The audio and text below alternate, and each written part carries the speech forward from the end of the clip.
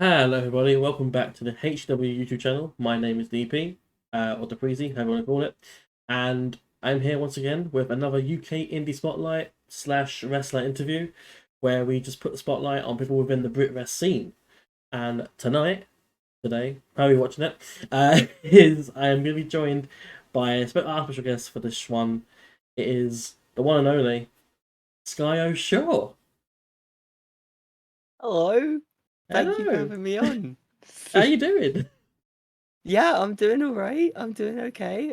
Yeah, just thank you for having me on. This is really kind of you. Yeah, cool to be here. We are absolutely honoured to have you on as one of our guests. Thank you. I was saying beforehand, before we start recording, that you were one of the ones that I wanted to get on specifically onto the show. Just because I just feel like we resonate, you resonate in a certain way that I feel really relate, like I can really relate to.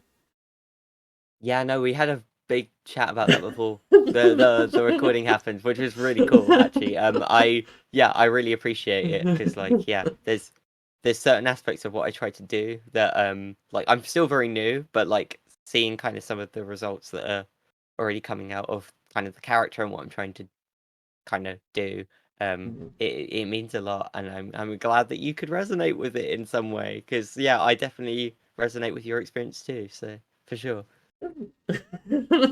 Oh no, there's a pun on my name. I need to start doing those more. I don't know.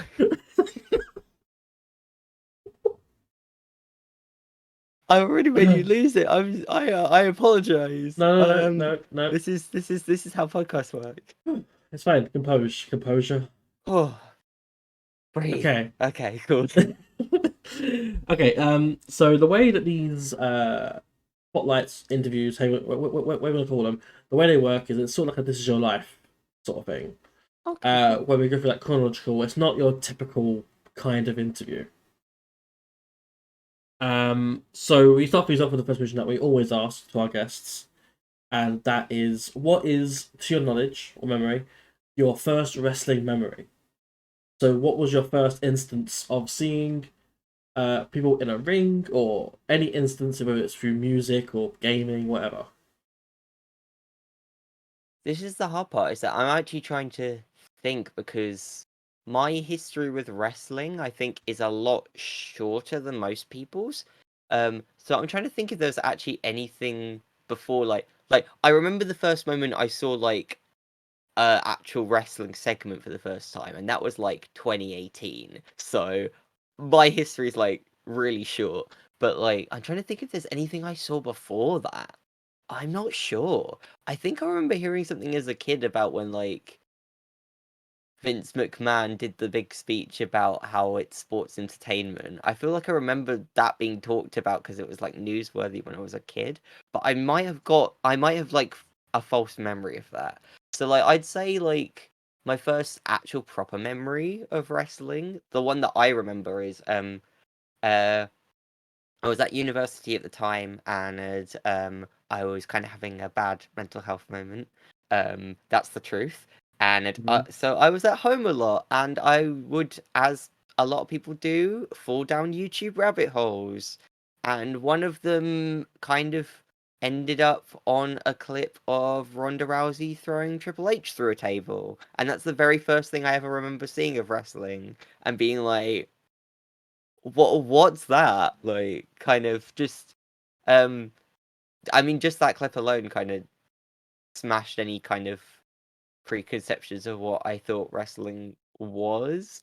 Because like I thought of it as like very big hyper masculine kind of like misogynist dudes kind of, and then like vaguely knew that divas were a thing, but yeah, it was something that like as a kid I could not relate to and didn't like try and like there probably were things but or I could engage in, and I saw that and I was like, oh, this is interesting, and kind of yeah, from there I went down a big rabbit hole, kind of ended up on BritWres stuff, and that rabbit hole ended up with whatever is in front of you right now. So yeah, that's my first memory that I remember.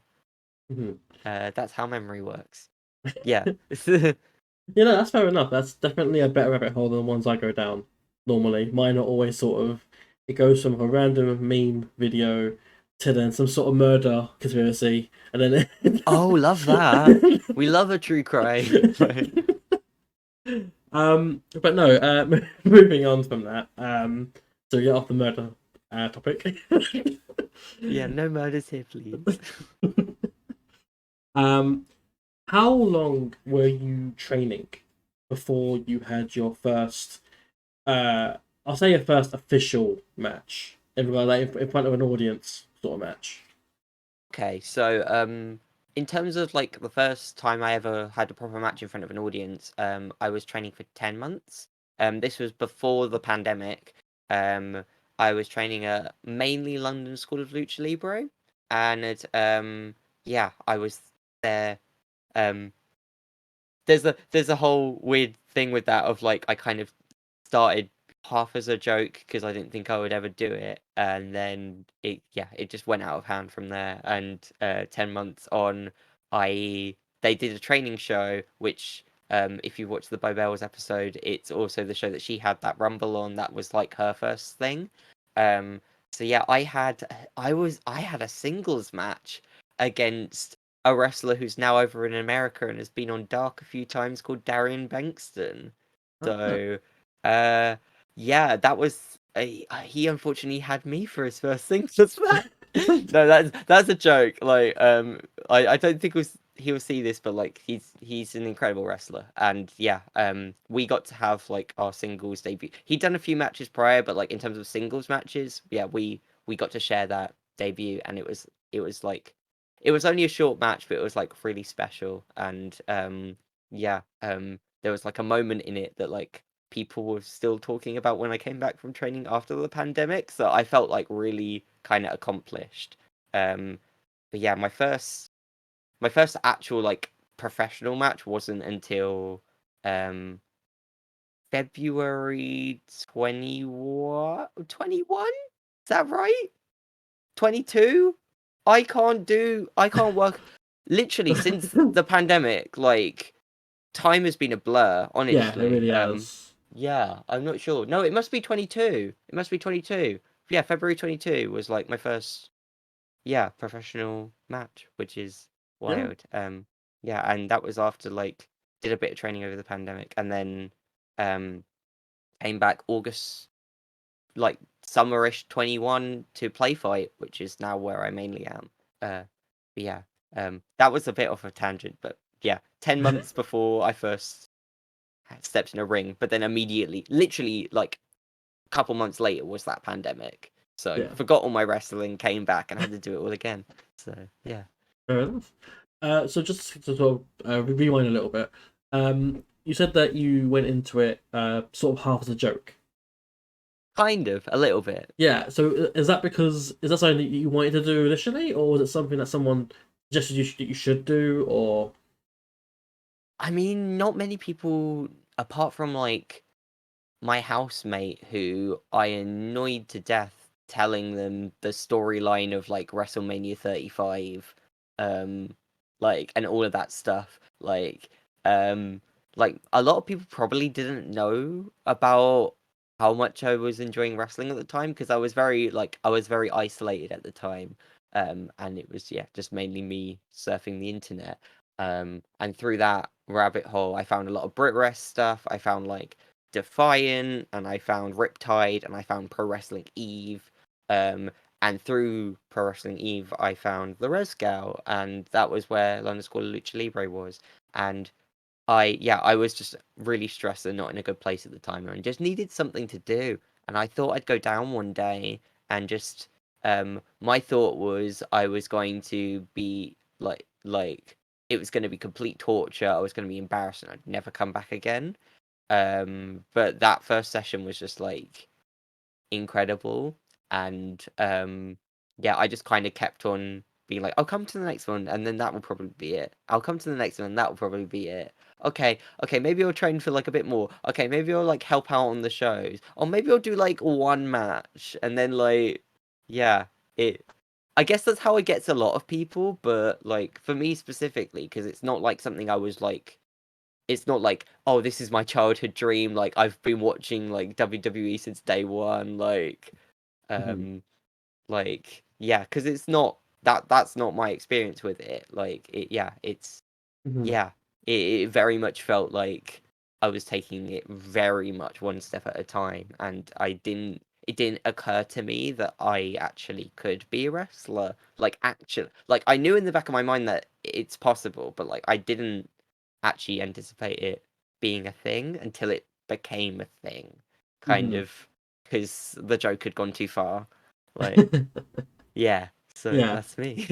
that's fair. Yeah, yeah. I mean, it's like, and obviously we all have our own experiences and life stories to explain as to why we get into wrestling or this weird combat sport. It's Sure, yeah. Like, but like obviously no. like someone like me, for example, I'm 25 and I've been watching it since probably 6 years old Oh wow, yeah. ish. But obviously, like there's others yourself who got into it quite at a later point in the actual timeline of wrestling. Yeah, for sure. Um, so I have to ask because people will be wondering: have you gone back and watched stuff like the Attitude Era, the Ruthless Aggression Era, Golden Years, or it's called the Golden Age? I've seen bits and bobs. Like I've not I feel really underqualified a lot of the time because I feel like I haven't sat and like proper gone through all the archives because there's so much wrestling out there, especially now because there's like a million and one different companies that are all producing really high quality stuff. That Mhm. keeping up with that alone is like It's a an impossible act. yeah. Let alone going back and looking at kind of the archive stuff.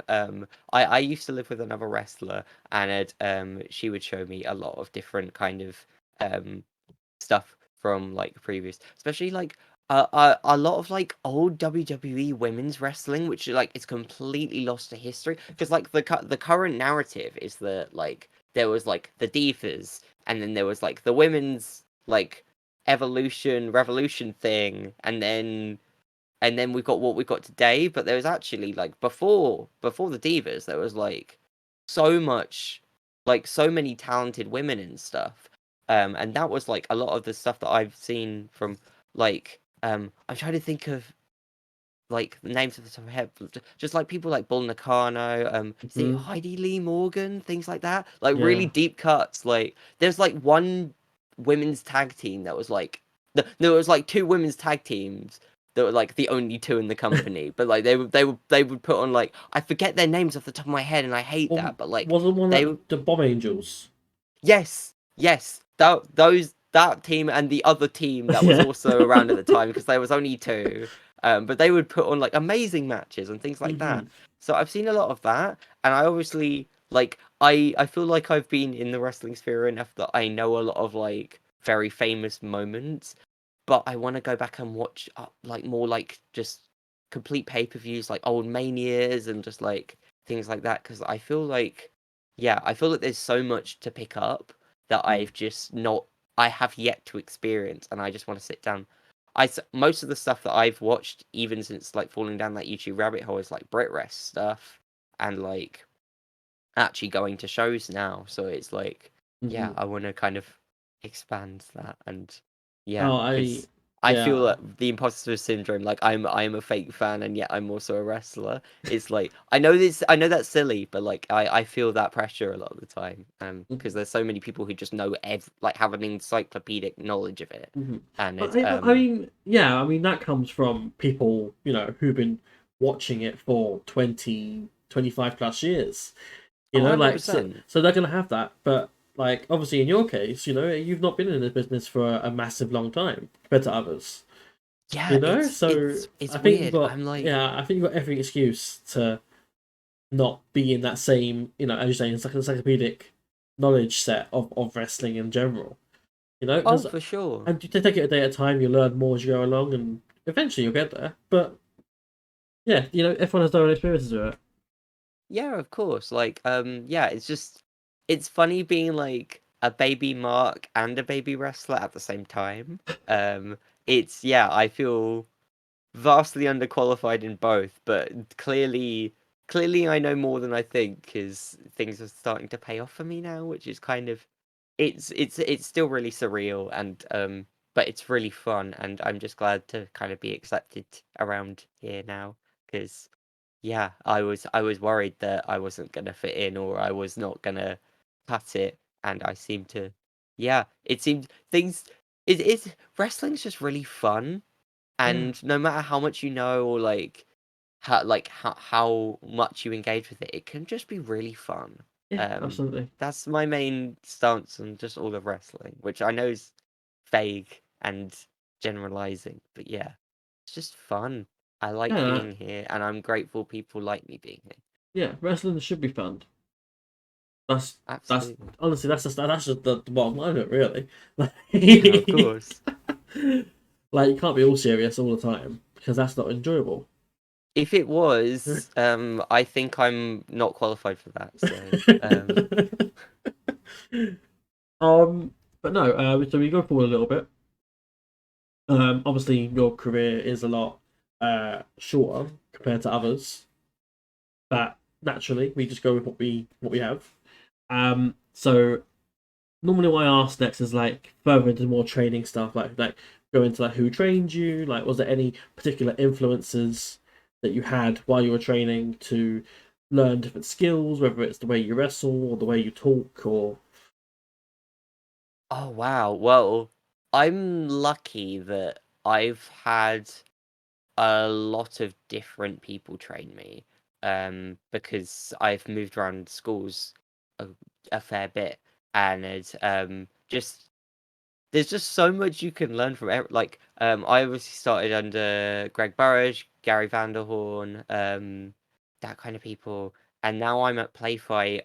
I've been trained by it's like mainly like Cara Noir, Spike Trevay, Rhea O'Reilly, Nina Samuels. It's like just they're all like that I can't even put into words how amazing and again surreal it is to be trained by these people.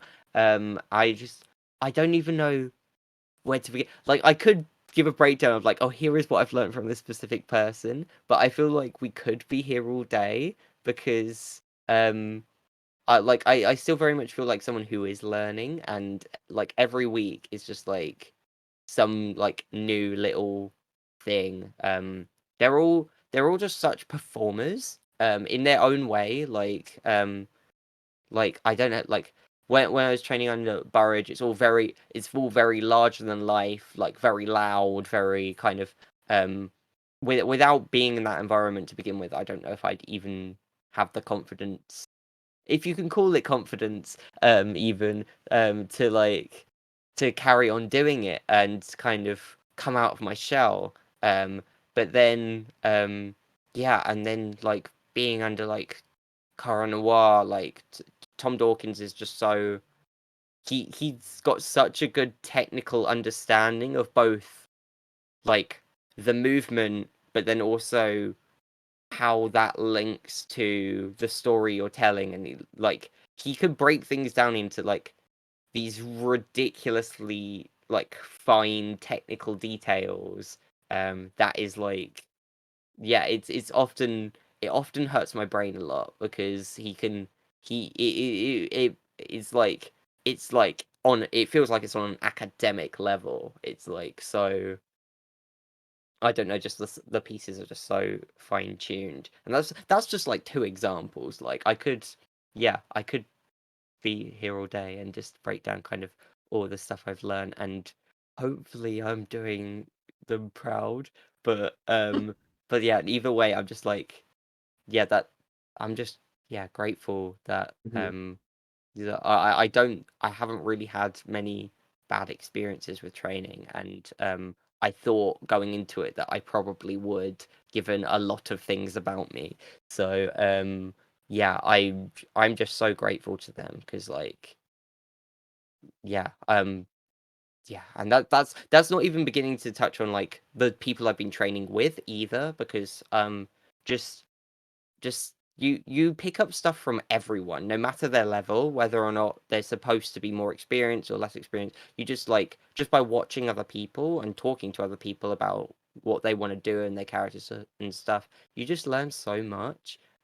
Again, I feel like I'm being really vague with a lot of the stuff I'm saying, but again, we could be here all year just talking about all the specifics because just I love learning and I feel like I'm learning every day just being around people. That sounds a bit, I don't know, that sounds a teeny bit cringe, but it's also the truth, so we're going with it. Yeah, I Like, mean, I would say it's cringe more wholesome, I think. oh, well, I'm glad I tried to be Yeah. wholesome. I think people like that, I always sort of say they're a sponge for, whether it's knowledge or experience or however it is. But you want to, suck up every last bit you can to really retain it and then keep it going forward and enhance, improve as you continue on. I have to because unfortunately I'm a sponge where a lot of the information falls back out again. So Ah. I'm like constantly trying to surround myself with things because like yeah, sometimes I feel like some people like just can pick it up and just understand a lot of stuff like that. And I'm very much someone who's had to work quite hard to for it to make sense. Mhm. Because yeah, I don't feel like I went into it very athletically gifted. Because of my anxiety, I struggle to perform sometimes. So a lot of things is just like yeah, just constant repetition and doing it again and again until it stays in the sponge. But yeah, I very much am someone who wants to be like that for sure, and I admire people who can just be like that and just do it. But yeah. Yeah, yeah, fair enough. So, to go again backwards, it's back and forth sort of experience. Um, were there any? Sorry. Were there any? And don't go into detail if you don't want to. But any issues that you faced or support that is as well from friends and family when it came to hey, I want to give wrestling a go. Um, Maybe a little bit. I think a lot of people were concerned. Because it was very outside of my character as a person at the time. It was something that was very unexpected, and also, wrestling is quite dangerous. Or at least if you're doing it unsafe, it can be quite dangerous. But like, there is a reason they have the "Don't try this at home" ads on all of the wrestling stuff. Um, uh, it's something that to this day still I think worries my family and stuff quite a bit. My mum will refuse to watch me wrestle, which I think is a fair thing. Yeah, Um, like, but like they like since I've kind of shown that I'm committed to it and like I'm giving it my all and it seems to be working out for me. I think most people in my life like really supportive, which I'm like super grateful for because I was worried again that I was going to be kind of judged for being involved in it a little bit. yeah, Because some people, like when people don't understand wrestling, they can be kind of hostile to it, which yes, I find really fascinating because when I see something I don't understand, I kind of just want to learn more. But like, um, yeah, but yeah, I'm really grateful that everyone's been if not a bit confused and shocked that it's me involved in it, like yeah, that everyone's been really supportive of me, which I really appreciate. Um, yeah, yeah, and I've got a family through wrestling now as well, which is just yeah, mm, great. Like beautiful, yeah, everyone's a community. It's really nice. yeah.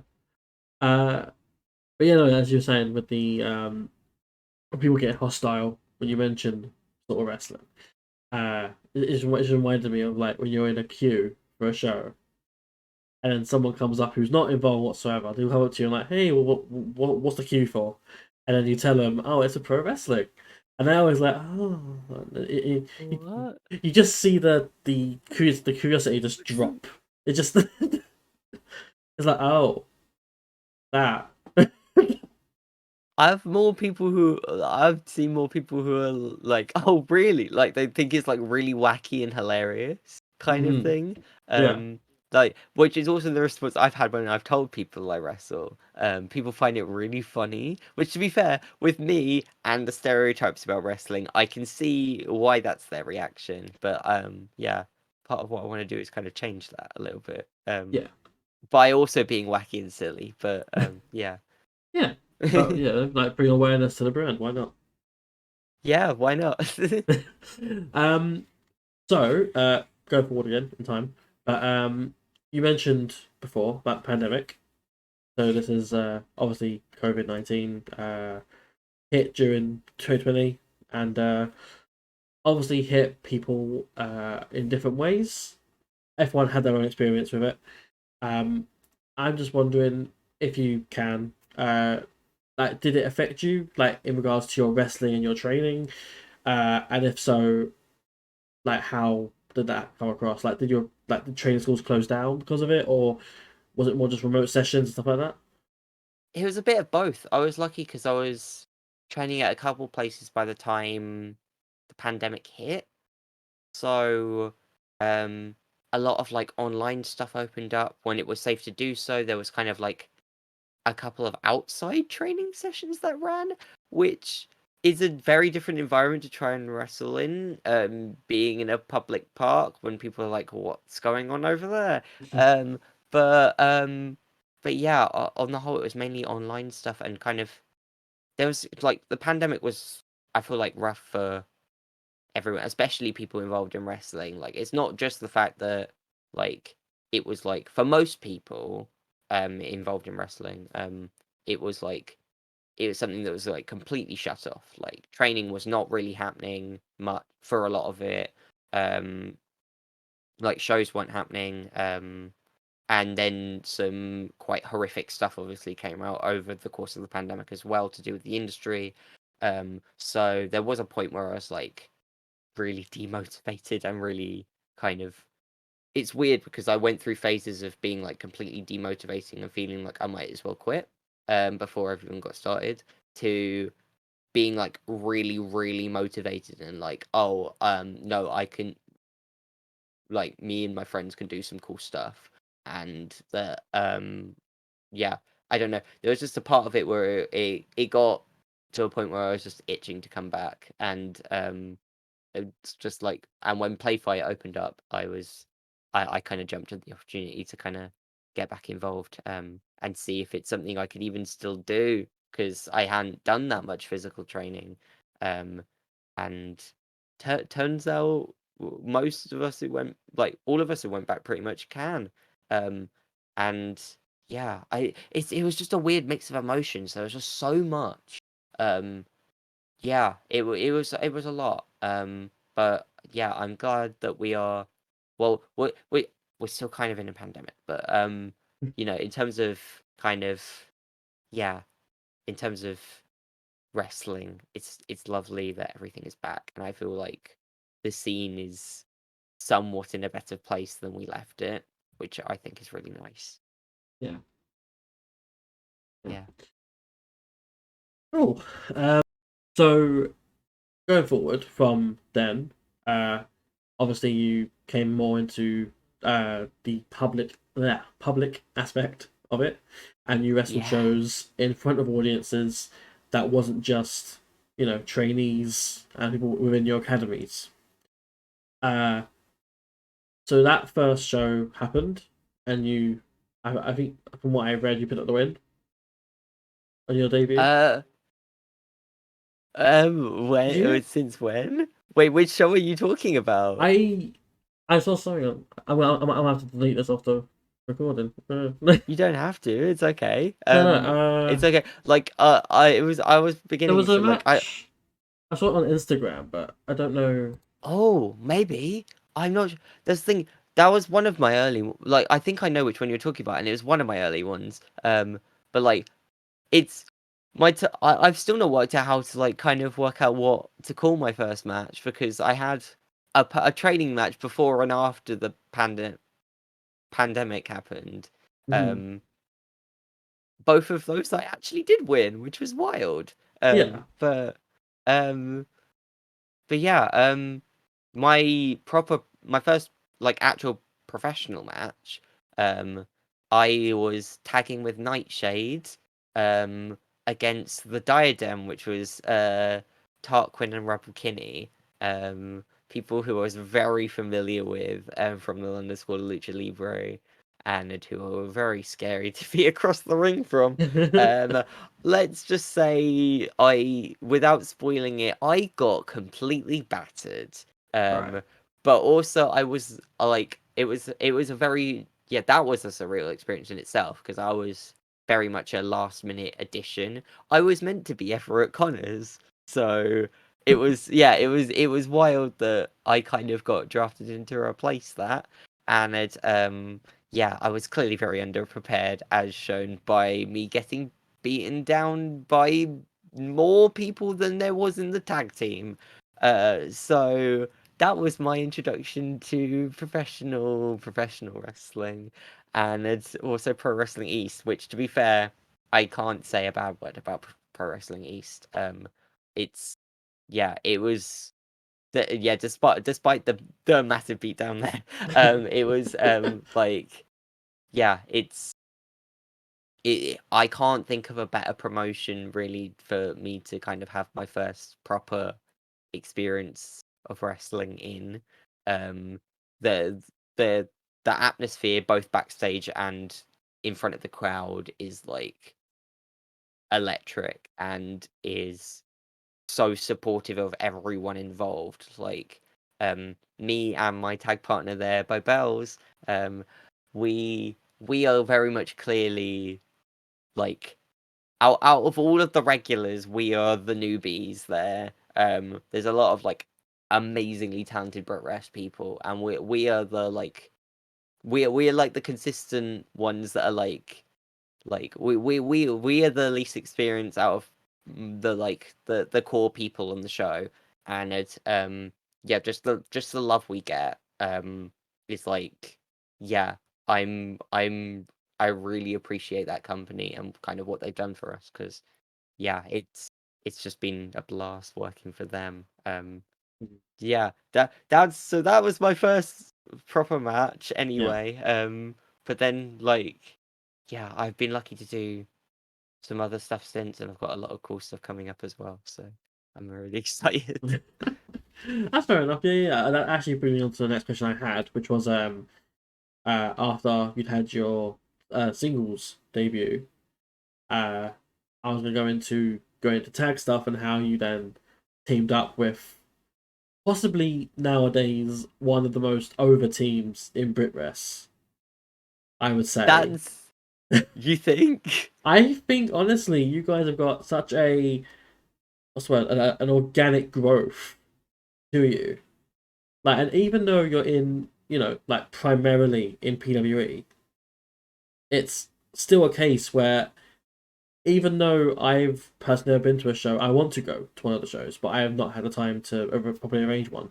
But I've heard so much about PWE in general, and it's just quite amazing to see. And always the names I hear come across it are Bo Bells and Skye O. Sure, they're the two names that I hear the most about.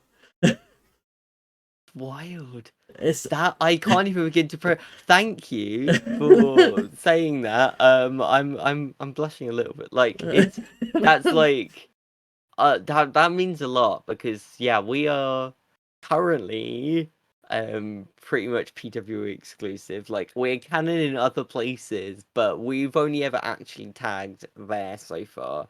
They put a lot of trust in us, being like, you pretty much how it came about is that they actually were like, we saw you on that debut day that you both had. You seemed like you have really good chemistry, and like you're actually really good friends, which we were.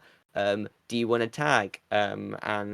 We obviously jumped at the chance, and kind of like, yeah, the rest is kind of history with that. We managed each other to the ring on the next show, but we didn't actually tag, and we just got these chants from everyone of friendship, and that's kind of been the consistent theme. And it's just nice to hear a room of grown men chanting friendship. Like, it's just really wholesome and nice, and yeah, the fact that it's resonated with people again, and that it's yeah, it's a big part of that show now is yeah. We are so excited to kind of see what we can do next, and I guess this is like a little wink wink at other promoters to book Fight and Flight as a team, because we would love to kind of share that love with other places and kind of be wholesome and wacky and anxious together in other places. Because yeah, I didn't realize quite how much it had spread to people outside of PWE, but like yeah, Mm, that's really cool to hear. Thank you. that's absolutely like it's like I said before. That's my honor to actually have you on. Like to have had both you and Bo on at different times, but it's just a great. It's great for me personally as well. It's yeah, but Thank you. no, as someone who I not intentionally, but I only go to shows in London, so I've personally had no real reason to have even seen PWE. Being someone who's primarily only going to London shows. But no, and then it was through you guys that I came across it, and then it was like, oh, you've seen this Bo Bells person, you've seen this kind of Shaw person. And I was like, oh, I haven't actually. Where are they wrestling? And then they go, oh, I'm Pro Wrestling East. I'm like, Pro Wrestling East? And they're like, yeah, Pro Wrestling East. And I'm like, I've never heard of it. And they're like, oh no, you didn't. They give me a link for it and the YouTube, and then it's like, oh, like the on-demand service or however it is. And then it's always, and then just from there, it was like, oh wow, I need to actually at some point, like down the line, because this was before the podcast started, but at some point I would love to just get a chance to talk to these two.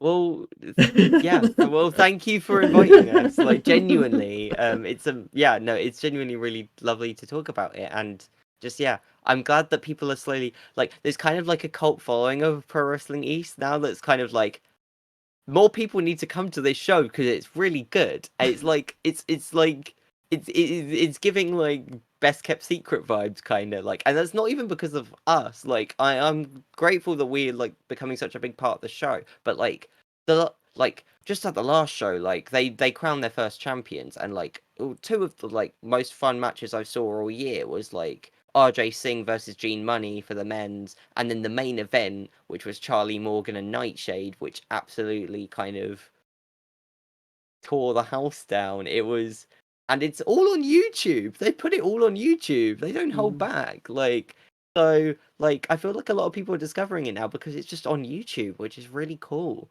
yeah. It's really fun to see, and yeah, if people haven't seen Pro Wrestling East, I'd say go check out the YouTube. Not necessarily my matches. That's scary, but also they're online.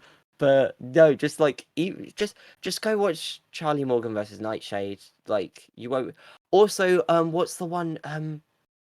Scotty Rourke versus Truman Roswell. That got standing ovations, and that's probably yeah, it's like one of the ones that everyone was talking about. So go check. Like if you've got time and you're watching this, go check out at least those matches, and maybe watch our tag team too. Like but yeah, no, it's Pro Wrestling East is great. Yeah. I can't say any more nice things about. Well, I could say nice things all day about them. That's the thing. I shouldn't say more nice things about them because the promoters will be awkward about that. So no. um, so we go a bit more forward from there. To what will be the future at this point, or by the time that this video is released, it'll be the past. But so coming up in 4 days, is it on the 31st? You're going to be taking part in Right Cabaret's, I want to say, fourth event on their I think in it's their four. history. Yeah. Yeah, and their fourth show is part of the Cabaret Carnage '90s Rumble. Yeah. Yeah. That's How is that for you? Essentially, really? so. I've been crewing for Riot Cabaret since the first show, and just going into that venue. It's in the Clapham Grand. It's like it's the most magnificent venue you can have for a wrestling show. It's like got a giant like I don't even know how to describe it. It's just a giant theater. that's normally hosts Hmm. to cabaret stuff, and there's wrestling in it now. And just yeah, I've just been there blowing up Chuck Mambo's beach balls and doing ring crew and all that stuff. And I'm lucky enough to talk to the promoters a couple of times, and they've seen me wrestle in some places. Mainly as inanimate objects, weirdly enough, because I do a show called Fist Club, which is also kind of a cabaret show. It's a queer night, but it's also wrestling. And they did a Mick Foley Rumble, and the first time one of the promoters saw me wrestle was I did a human embodiment of Mr. Socko. Yeah, I have seen Um, this. you've I'll seen put that? I'll put a little video like on the screen Oh here, no! like just you appearing in the giant sock outfit. Yeah, that was I would like to apologize. I already have several times, but I'd like to apologize to Livy Grace, who spent the whole day not being able to look at me because it was terrifying. Um, uh, yeah, so that was the first time a big promoter who knew me from Crew had seen me wrestle. So that was an experience. And then they came down to Playfight did a little student show, and I did like a little match on there as well. But I also entered a Christmas Rumble where I wrapped myself up as a Christmas present last minute. So I've mainly they saw me as wrestle as an animate object and were like, that's Cabaret Carnage material, and I'm really grateful they did because genuinely one of my goals for this year, like I love. I love wrestling when it gets a bit silly and it you can play with the format a bit. On the last Riot Cabaret show, there was a match between Charles Crowley and Session Moth Martina, which on paper already sounds wild. But then the whole thing was Disney themed. I mean, I'm sure most people watching this have seen that match. But the whole thing was set to Disney music, and it was yeah, it I'm sure there's certain wrestling purists who would be mad at that, but it was just so funny and so entertaining, and I've kind of made it my goal that at some point in the future, in a million years, when Riot Cabaret notice me as a wrestler, I want to do Cabaret Carnage, and for to get a call from them, being like, "Do you want to do the '90s Rumble?" Kind of. Yeah, especially with those names. The names on that are like the big names in BritWres, and then there's my little old face with my silly bow tie on it, and it's like, yeah, I've not really processed it. Like, I still don't, I won't believe it's happening until my entrance hits Yeah. on that day, and whatever silly '90s gimmick I happen to be in comes to reality. Hmm. Um. I've just realized that I've got to fight these people and throw them over a top rope or however rumbles work. I've done rumbles. I know what's going on. Um, So yeah, yeah, I've got a lot of preparing to do. yeah. So just to go over some of those names that you mentioned for the '90s Rumble. Oh Um, gosh. so you're facing off, or due to face off anyway, against Alexis Falcon, Danny Black, Yep. Charles Crowley, Yep.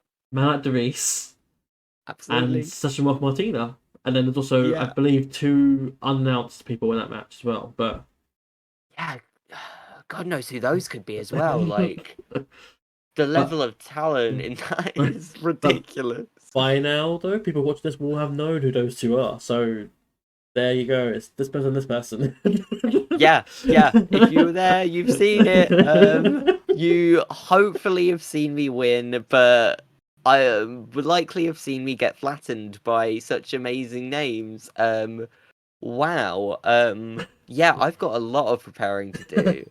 Um, yeah, that's a lot of people that I've got to. That's gonna be it's gonna be so fun. I'm Hmm. so excited. The promoters have been hyping up this match as well. They think it's gonna be really wacky and really fun, which I agree with, and I hope Hmm. that whatever I do is shows that I belong to be there as well. Yeah. With such amazing people. So I hope that I hopefully you've seen it by now and that I've proved that to you. Maybe even won a Rumble. Who knows? Who knows?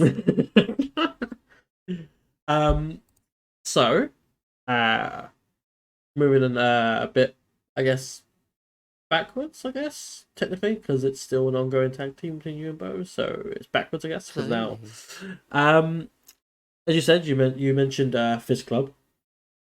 Oh yes, of course, yeah. So that brings me on to the series, I guess, of events known as I can get the name wrong.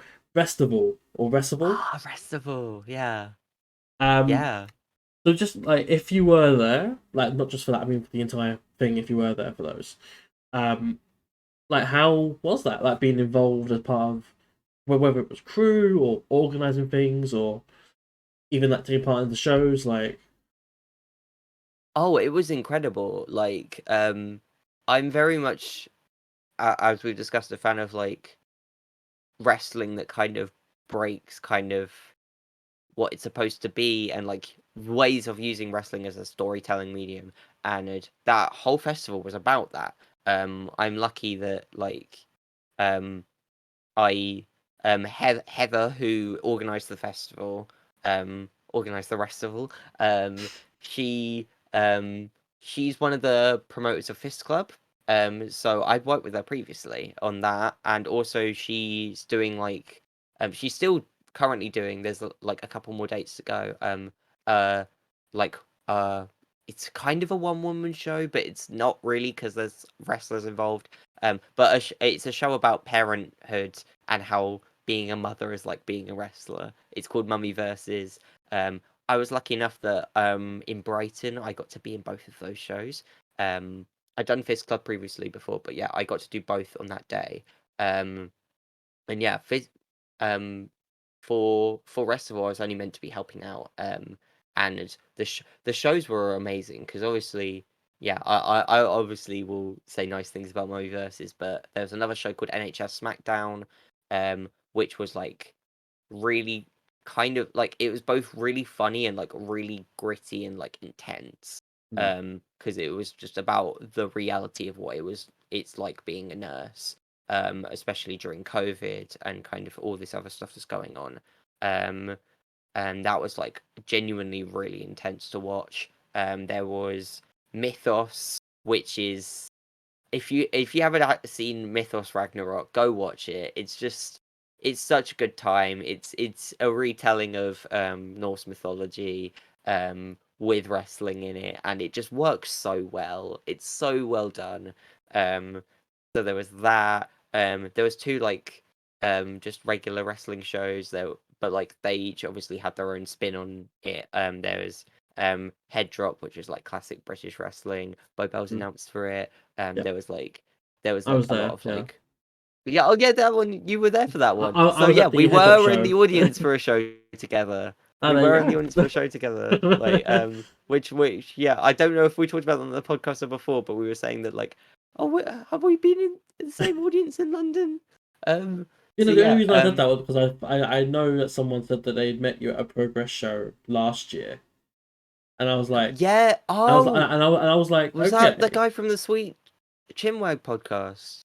possibly. Because I'm not yeah, 100% on my I head, bumped but into him at the Progress show, which was really cool. mm, Yeah, it's funny bumping into people and being like, because again, I am a baby mark and a baby wrestler, being like, you're that person from the internet, and they're being like, you wrestle, and kind of having a weird back and forth on that. That's mm. happened a few times with me of people being like, you're a wrestler, and I'd be like, but I've seen you on the internet, you're really cool, like that's happened so many times actually, which is kind of funny. Mhm. What was my point? Oh yeah, head drop. It was really good. That was really good. I loved that. There was like a really amazing. There was a couple of like really amazing matches. I think it was Kanji JMO, Yes, which yes, was wild, and phenomenal. also Sorry, yeah, hang on. like Kanji is so good. I think didn't she also have Ridgeway at Resurgence? Was that a match I saw? I'm That pretty sure I saw that as sounds well, and that right. was Yeah. also incredible. Kanji is so good. Hmm. So that was there. Mike Bird and Jerry Bakewell was also incredible. A bunch of other things happened on that card as well. And it's also Everything Patterned, which I think is the loudest I've ever popped because on anything because I trained at some point with Remy. I can't say words. Remy Adetunji, and he joined the 8-7 on that show, and I actually screamed in the audience, which was at that time. Again, baby Mark, baby wrestler. Yeah. Yeah. Everything patterned is just the most feel good thing in wrestling, isn't it? It's just Yeah. so good. Um, so that was. I think that's all of the shows that were on it. Apart from the last day, which I ended up doing 2 of the shows for. I ended up filling in for Mummy Versus and ending up in the main event of Fist Club, which closed out the thing, and it was sold out. And yeah, I tagged with Gambit. We formed a team called Team Slay. It was very fun. I got to wrestle Rhea O'Reilly, or should I say Brenda, and her son Brendan, because that's how Fist Club works. Of Um, course. and yeah, it was a really wacky, fun match, and it was just an electric way to close it out. I've just kind of reviewed the entire festival in a weird way, but Yeah, I mean, you're but doing yeah, a job for me. but no, it's just it was just such a good feel good time, and the Pleasance Theatre that ran it were like so on board with it that I think there's 2 more festivals happening this year. I think they're doing 2 just in the year. So and there's a mini one happening at Vault Festival, which you may see me at. Um, I may be doing the same shows there potentially. So that's really cool. And yeah, it's just fun to do something in wrestling that's like a bit different and a bit kind of experimenting with the format and kind of getting more performance skills under my belt because obviously being quite an anxious person, um it's fun to get to do really wacky characters and be in like these crazy cabaret situations and theater and stuff, but like still kind of practice wrestling. um so yeah, I'm really grateful to Heather and all the rest of all people for having me on board for that. Really Yeah. cool. Wow. Yeah, it's so good to hear like from someone's perspective like, being involved in it as well. Like the whole event just seems like really great to be a part of, and like I was only there for one of the shows. Like I said, I was there for the head drop show, and then that's the one I had time for really to attend. But I want to if they do another one in London this year, uh, I want to like see everything pretty much. Well, there's 3 happening because there's the mini one at Vault, and then there's I think gonna be 2 more if it all goes ahead. Are these in London? You know, or are these like These are all around? in London. These are all Oh, in London. okay, Two of them are at the Pleasance, as far as I'm aware. Um, I don't know. Is this official? This is for legal reasons. This is speculation. Um, but the one that's definitely happening is happening very soon. I need to look up the dates, but very soon. If you look at Vault Festival, which is going on right now, I think, or about to start. Actually, it's about to start at the end of the month. So like I think throughout February, I think it's near the end of February. Um, there should be, yeah. I think the all the Restival stuff is on at the end of February. Same night as Riot Cabaret, actually. I think Mythos Ragnarok is on as well. So, but like it's all in London. hmm. So yeah, there's also I think there's also a Mummy versus Day happening in Colchester. Just that show is in Colchester Oh, okay, soon, which is really exciting for me because I think I'm on the cast for it, and that's like my hometown. So fair enough. um I'm really excited to wrestle. But yeah, it's staying pretty local. So if you want to catch the events, yeah, um, they're all gonna be in London. I guess that's a plug. Here you go, Hey. Heather. Here's the plug. Um, Obviously, that was all speculation, of course. Nothing is legally binding, and Yes, I don't know the. Yeah, as I said, I can't remember any of the dates. I just I'm know just that I'm just trying to cover my back here in Restival case is coming someone sues. back, and the mini one is already happening. So, the Yeah. mini one's happening soon, which I think is Mummy versus NHS SmackDown and Fist Club. Mythos Ragnarok is also happening separately during Vault Festival. It's all Vault Festival. And then the actual Restival, I think, should be returning to, I think, the Pleasance sometime later this year. So, Uh, yeah. yeah. So moving on to the penultimate part of this interview, Ooh. uh, where we go through the questions that we received on social media. Uh, Oh, cool. so we put a post out this morning, as the day of recording this is, the Friday, and yeah, we have some responses. So let's get into those questions and see what the answers are. Yeah, of course. So this is direct from one of our co-hosts, BritWres. He asks, who would you like to play yourself in a movie of your life? You see, I saw this question come up, and I've really struggled with it. Because the truth is, there shouldn't be a movie about my life. It would be a bad movie. But uh, yeah, I've put a lot of thought, and I've not really got far. I mean, the one angle I saw going with it was like a lot of like the gear I currently wear and everything, it's kind of a little teeny bit inspired by Doctor Who.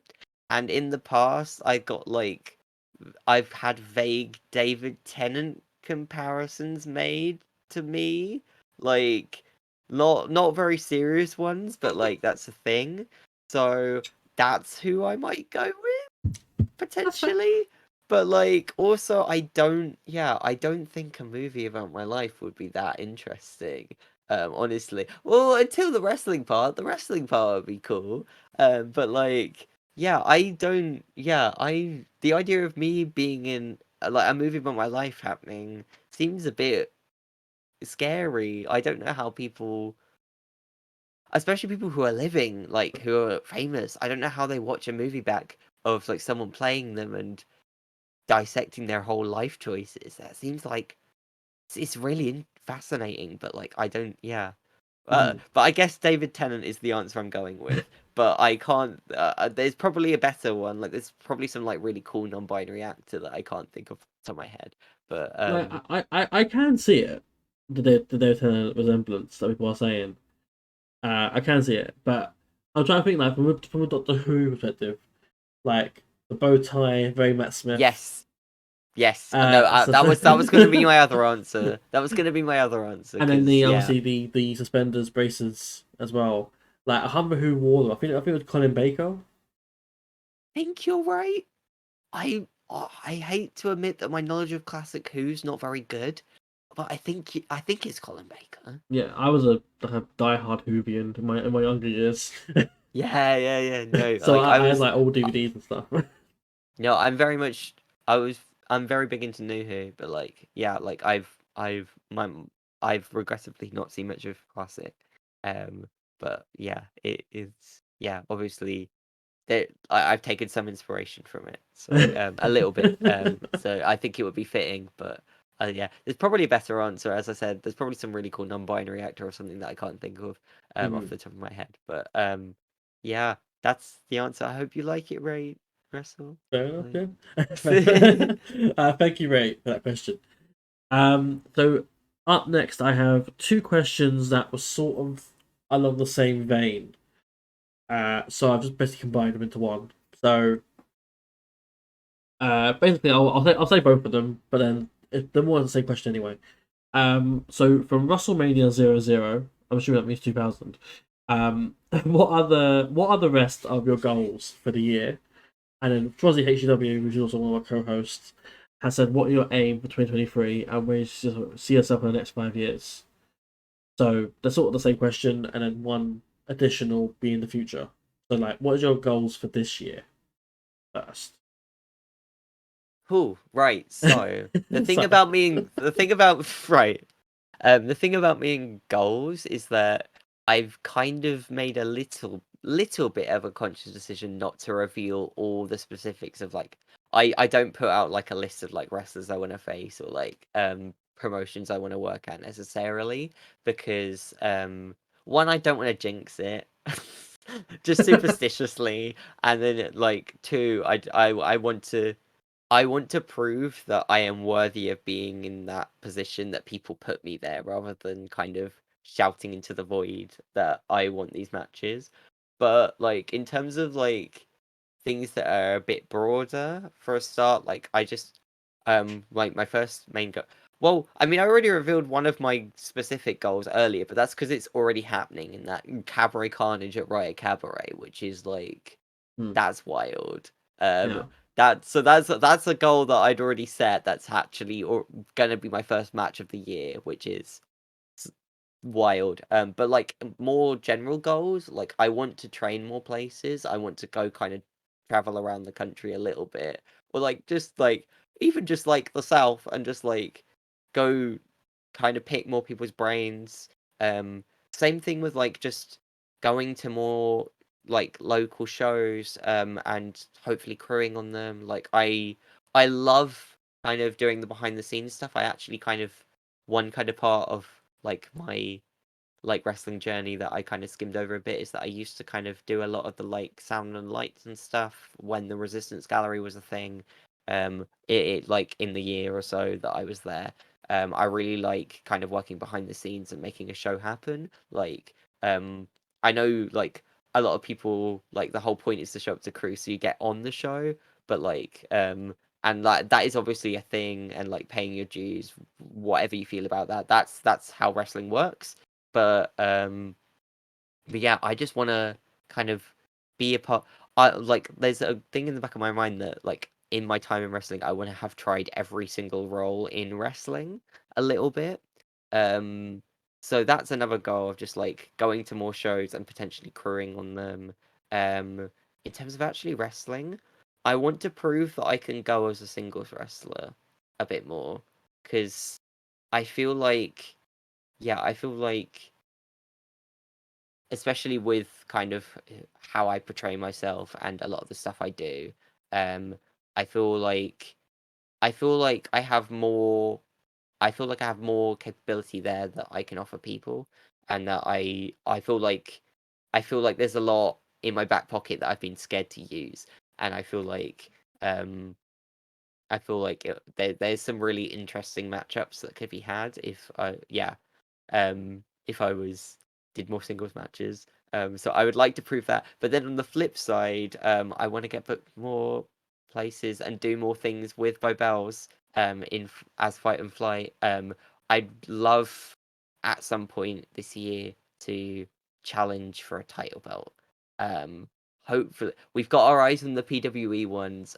We're lucky in that we're not lucky, we've worked for it, but like we so like even though our singles records in PWE are like we've been defeated every time, in tag competition we're undefeated at the minute. Um so with the tournament coming up this year, I think we've got our eyes on those belts. Like we really want to get those belts. And if we don't succeed at that, I'd love to challenge for a tag belt. With yeah, like my bestie. Like that would be an incredible thing to happen this year. Um, those are my main goals. That I'm willing to say out loud. But there's Yeah. more. I don't necessarily think I'll achieve everything, but there's just so much I want to do, and if I can do a lot of it this year, then I feel like I prove I belong. And yeah, I hope that you all get to see that at some point this year. Be funny watching this at the end of the year and be like, did I achieve any of that? But we'll find out. Yeah, no, can you get back on next year and then sort of do a review of like, did you do this? Did you do Oh god, that? no, but now I've said it out loud, none of that's gonna happen. None of it's gonna happen. No, let's not do a negative mindset. It's No, gonna happen and it's gonna be really manifest, fun. manifest it. Yes, manifest it. It's gonna be really fun. As for 5 years, I've just realized that was another half of the Yeah, question. I haven't. I could be literally anywhere in 5 years. Like, because wrestling moves like it moves so quick that I couldn't even begin to fathom where I'd be. Not because I think I'm like amazing or anything, but also I just think that like if I keep working, like I feel like anything is genuinely possible. But I hope to in 5 years kind of I'd like to be in a situation where I can be people's kind of gateway into actually trying wrestling themselves, like a little bit. I want to be kind of not necessarily at the top of the card, but I want to be a name that like people kind of look at and be like, oh, that person, I've seen them around, and kind of like I feel like there's a lot of people now coming through the scene who are like kind of offering something really different or showcasing like an aspect of humanity that's not really been allowed to exist in wrestling before. Lots of like queer performers and women and people of color, and just various things that are just are kind of one main event material before, if even on the card. And it's I just want to kind of show an aspect of that and be like if you were like a tiny anxious queer nerd that you can wrestle if you want to. And I hope that like in 5 years maybe people will look at that and be like, oh, I can do that. That weirdo can do it, I can do it. So that's really vague, but that's the best answer I've got because who knows? Who knows? Again, review in 5 years. We'll see. We'll see if I'm still wrestling. We'll Just see where I am. set the calendar for 2028. Just be like, where are you now? This big, WWE / AEW star. Hopefully still besties with Bo Bells. That would be cool. Hopefully we're still together. Maybe we would have actually won a tag belt by that point. Yeah. That would be cool. Hopefully she doesn't turn on me. Oh. That's what tag teams do, right? I mean, not all of them. Not all of them, Look but at it's always a thing. the New Like, Day. They've been solid for the last. so true. But the New Day are like the best faction in the entire world, potentially in the history of wrestling. So, like, yeah, I love the New Day. Love the New Day. But before we get on a tangent about the New Day, thank you to WrestleMania and to Fozzy HW for the question. And on to the last one we have here. I'll save this one to last because it's a very nice one. So this is from Sly. This is from Sly Side 2. On Twitter, and I'll word it exactly the same way that's been written down. So I'll copy it. I really like the way your wrestling persona appears to be unapologetically the same as you in real life. Was that always the plan, or did you even consider having a different character or gimmick? Please never change. Yeah, I read that and I got a little bit emotional. I'm really lucky. Like, Saya's been following me a lot since I started doing the East thing, and one of the people who's like been very much like you playing like an anxious character has really helped me, and it's like we're like you kind of showcasing this part of yourself is like it makes me feel kind of included in it. And yeah, I just want to say thank you for that. And like anyone who's ever said anything like that to me and like has shared their story with me, I really appreciate it. And I hope it's helped in some way. But like the character kind of came about like most things in my wrestling journey by accident, in that I was training and I was trying my best to perform, and this was back London School of Lucha Libre. Like I've refined it since, but the original thing came about because I was just wrestling, and Greg turns around and he's just like, oh, I really like this kind of like scared underdog babyface vibe you're going for, and I wasn't going for a vibe. I was just wrestling. So I ran with it, and I just decided that it's really, it just seemed like a really funny concept in an industry where everyone is trying to be so tough and strong and like show no weakness because like they want to fight and do cool kicks and things. Not that there's anything wrong with that. Some of the best characters in wrestling are that. Um, but like the idea that I could be the most vulnerable human that no one will anticipate will even be able to land a shot and then wrestle as that just seems so funny to me and also so true to life that that's kind of where the character came from. And now I'm in a weird situation where the character started as being just me with a separate name, and now I'm trying to kind of pry the two apart and get some separation there. So that there is like so that I can have my own life and not be literally wrestling as myself. Because I think there's just some more fun. There's a lot of fun that you can have with wrestling, and I like to do things a bit sillier anyway. So I'm trying to try and separate them, but the core of it is just kind of how I was feeling at the time, and it's very much a lot of the characteristics are very much kind of me, how I was as a kid, more a lot of like just like finding joy in kind of media and video games and kind of um just wholesome joy.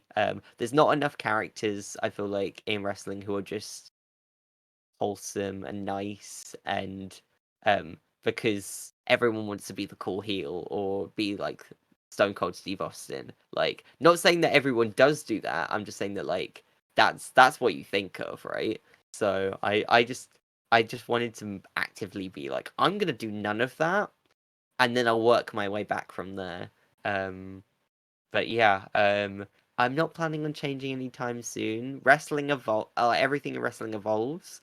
But like, yeah, this is who I am, and I'm lucky that people are resonating with it and enjoying it. And as long as that keeps happening, this is what you're gonna get. So yeah, no, I really appreciate that question. It's really cool. Thank you, Slasai, for that question. Yeah, thank you. So that brings then to that section. Before going to the final question I asked, for anyone watching, obviously I've introduced you as Skye O Shure.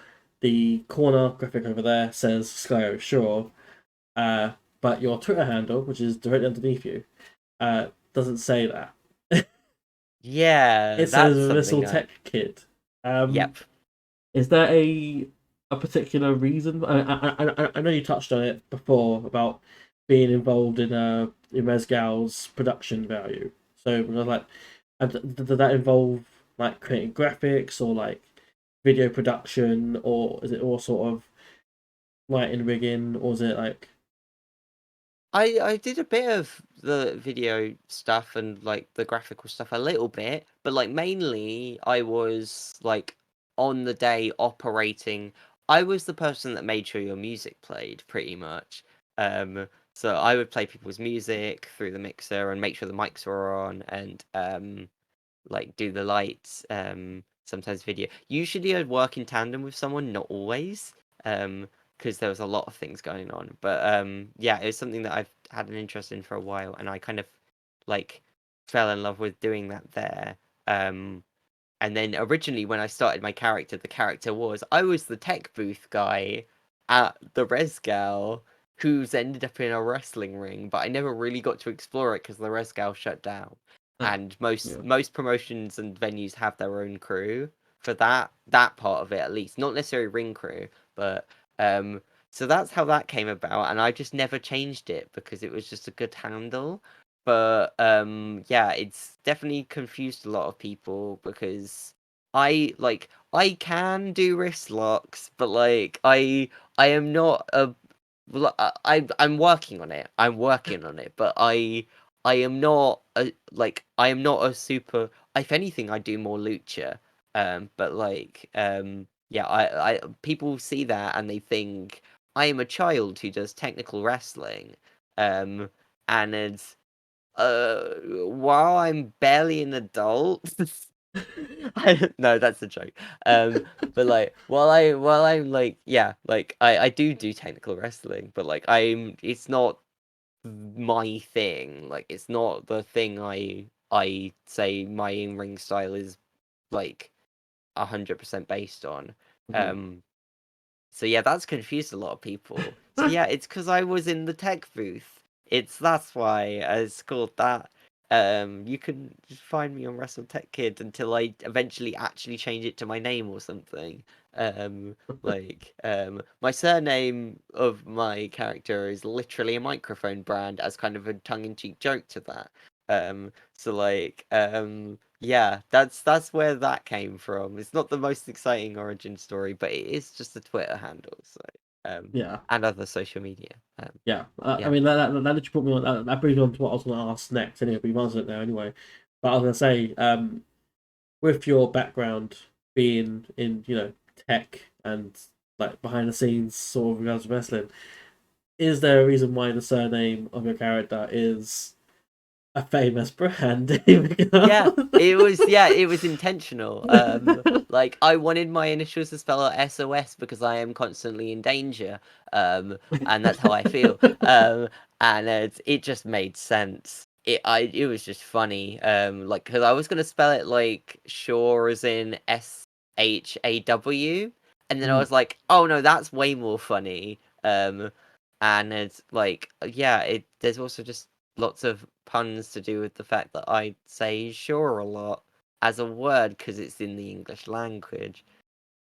That didn't make sense, but like, yeah, I've tried to make it a thing now of like when the ref asks me if I'm ready, I'm just like sure, help, because that's again how I feel. Sure.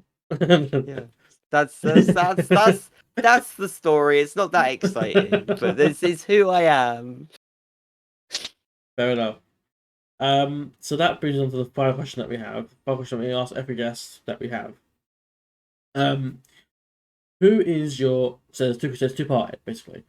Who is your current and all time dream wrestler to face? So current would be anyone who's currently active on the scene anywhere. It can be BritWres, it can be American TV, it can be Mexican or whatever. Oh wow. And then all time would be again, it can be anyone who's current or people who have passed away or people who retired. Like it's just a hypothetical. If you could face them in their prime, who would it be? Oh wow. Oh gosh, we could be here again all day. Like I should be prepared for it. I've watched your podcast. Thank you. Oh, I think I mean currently I guess currently a big thing would be to face one of my trainers actually. Genuinely. I think Nina Samuels, I think. I'd really like to face Nina Samuels. I think she would drag something out of me which could be really interesting to watch. Also Spike Gervais actually. Um I think either of those would be a very big dream for me, honestly. Like I think I've already sung like Tom's praises, but them two as well, just like so knowledgeable and just tell such good stories. And I feel like I would get battered, but again, I feel like it would drag a different kind of energy out of me that like a lot of people wouldn't have seen. Yeah. And I think at the minute in terms of who's on the scene, I think those would probably be dream match. There's probably a lot more names that who else would like? Oh, another name, Max the Impaler, Yeah. because apparently I have a death wish. Yeah. It does sound like it. Yeah. Those are the names off the top of my head where I'm like, Mhm. at the minute in terms of current people. Uh, apparently I just like setting myself really horrible challenges where I might die. Mm. But Yeah, just a like bit of Minoru Suzuki and then Guntar and then.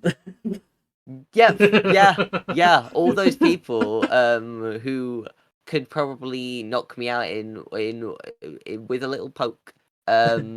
Like I saw a really funny comment today on like the UKPW YouTube channel that was like I like watching Skye because it like they look like um just like a tiny gust of wind would like send them like flying across the country or something, like a kite in the wind or something. It was like really weirdly poetic, but I'm like, you're not wrong.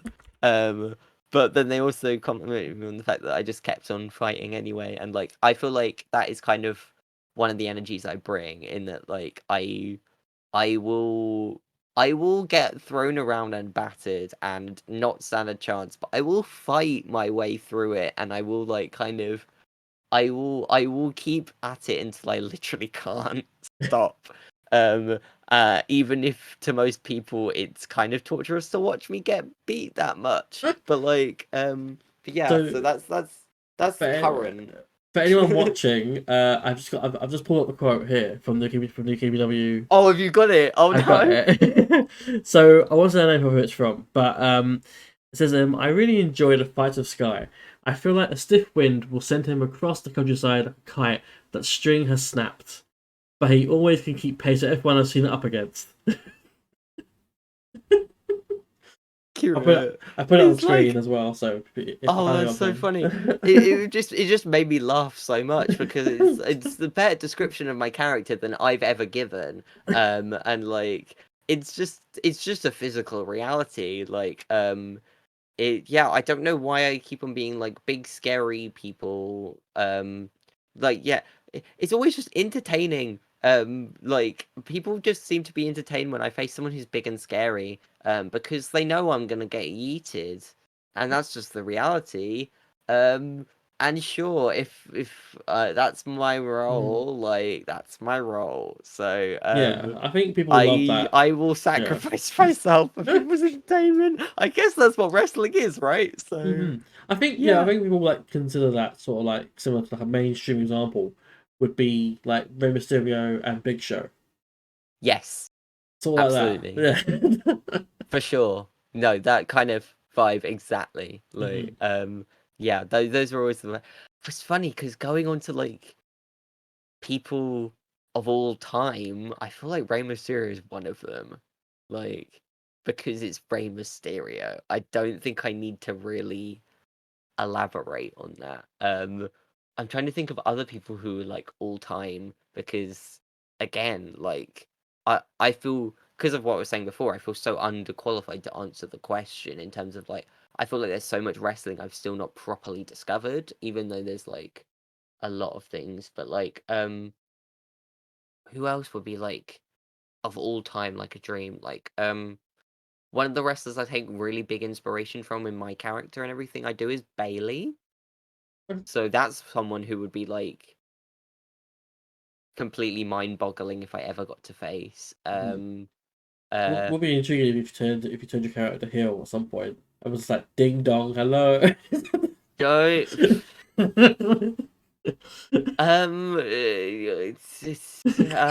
so on UKPW wrestling, I have dabbled in being a bad guy. Hmm. The first day I was booked for them, I woke up on the wrong side of the bed, and I got to, yeah, it just ended up that, yeah, I decided that day I was gonna hate the audience. Uh, I'm not proud of that. I'm not proud of being bad sometimes, but like you gotta do it. It's fun. So maybe that is reality. Maybe I would be heel in that situation. Who knows? Um, those are two random examples, but like Rey Mysterio and Bailey. I don't think you can go. Mhm. I don't think that's something that's like a bad answer. That's fine. Um, after this, I'm gonna go off and I'm gonna think of a million wrestlers for both of those criteria and be like, oh Mhm. my gosh, I want to face these people. But again, like, they Yeah. they will never know because if they notice me, then I'll cry. Um, um, I don't want to push you or anything like that, but if I could just like, if you know anyone that way anyway, but like anyone who has sort of, gone over the hill, like passed away, retired, etc. Is there anyone in that specific category that you'd want to Oh face in their gosh. prime? Oh wow. Oh gosh. Because obviously, people like Bailey, Mysterio, they're still wrestling today, and they're No, that is so are true. No, you are arguably right. in their prime. No, I mean, yeah, no, for sure. I mean, Bailey for sure is Hmm. right now, actually. That is so true. Um, oh gosh. It's fine if not. Um, I'm just asking if you have anyone in mind. But yeah, I don't know. There's just so many. Oh, oh, I'm getting a bit emotional now. I'm thinking about like, um, I don't know. I'm thinking about Brody Lee. oh Just in terms of jeez. people who have like Hmm. passed, not in even in terms of me facing just like the fact that that happened. Um, Hmm. just oh gosh, I don't even know how to answer. That's There's fine. just there's You, so many you ain't got to answer if you don't want incredible to. It's wrestlers. absolutely fine. Like yeah, I mean, I think I'll leave it there. But again, I'm going to after this Hmm. immediately be like, oh wow, here Yeah. are like all of these people who, yeah, off the top of my head. But yeah, like well, nothing up here right now. It's Yeah. kind of gone a bit blank and like It just thinking about that happens. to be Yeah. honest. But I mean, we've been like here no. for, I don't know, last 2 hours or so. So. Yeah, wow. Oh wow. This has been a long chat because like we also breaking the fourth wall a bit here. We also chatted for a long time before like while we were trying to get it all set up. So Mhm. Yeah. yeah. Wow. Wow. But yeah, with that done, I go on to the end. So this Ooh. is the end of this UK Indy Spotlight of this edition of one anyway. I've been DP. This has been Skye. Uh, where can people find you? So on social medias. So obviously your Twitter's underneath you, Resident Kid. But is there anything else that you use? I have a few things. I have an Instagram, I have a Facebook page, I think I have a TikTok. I don't really use it much. Mhm. Um, if you search Wrestle Tech Kid on any social media, I might appear, I might not. But like those are the main ones I use. Um, and in terms of finding me in real life, I guess by now you will have seen if I was able to survive the Riot Cabaret 90s Rumble. Um, Oh. and probably after that, my next show will probably be Pro Wrestling East, where me and Bo Bells have Rob Drake and the new Dubai World Champion Nova Knox, Oh wow. which is again, I feel like people try to book my death on every show. Like I feel like yeah, I feel like I could be in trouble, but it will be and that's gonna be yeah. Again, everything I say seems surreal to me, honestly. I'm still kind of processing the fact that this is what I do. Mhm. Um and it's to get to do it with my bestie is like really cool. Um Yeah. and in fact, like if you want to know where I am elsewhere, I actually on my socials I have a little link tree where I try my best to keep up to date records of like here are all of the dates I'm booked for. Come see me. Mhm. So yeah, like I'll be at Pro Wrestling East. I'll be doing festival stuff. I'll be showing up hopefully in a lot more new places. I've got another place that I'm gonna be probably showing up. Actually, that one might be my next one, but I don't know if it's been announced, so I won't say. Okay. But um, yeah, hopefully you'll be seeing me a lot more around the scene in future. If not in the audience, then on crew or in the crowd cheering everyone on. So you'll see me around. Fair enough. You can't get rid of me now. This is a joke gone too far. So yeah, that's Fair. me. And also, have you got any merch or merch store, merch, like shirts, tees, whatever, hats? Well, it's merch in general. If you're going to Pro Wrestling East in Feb, watch out for that because we might be dropping a little something. I currently have no Ah. merch. I might do a fun little thing for Riot Cabaret, but like I've not got I didn't even think I was even anyone would want to buy merch from me because I'm so new. Um, but in terms of me and special bestie, we might have a merch drop coming soon. Ooh. So if you're at that show, look out for that maybe. This is the part where we don't have merch and I'm lying to you, but I've seen designs and I think we're offering something that's really fun and hopefully you'll see that come February, if not soon after. So look out for that. All right, fantastic. So that is Skye's socials and potential merch drop in the future. Um, and as always with us, follow our YouTube. Our other links are up in the top left over there. Our Twitch is on there, Twitter, and our Instagram. Uh, and of course, my individual Twitter is below me there. But yeah, as always, thank you for the support and every time that you guys watch us videos and support us from wherever way you can. That's absolutely appreciated. And thank you once again to Skye O for agreeing to come on here and Thank being you. such a gracious guest as well. Thank you so much for having me. It's been really fun. I've really enjoyed chatting to you today. So yeah, thank you all if you've watched me ramble too much for however long this episode is. I really appreciate it. But yeah, with that in mind, that is all we have time for today. So we will see you guys in the next one. Also keep in mind, future interviews coming soon as well, and future reviews of other indie shows as well. So, uh, yeah, with that in mind, I'll see you guys at the next one. Peace.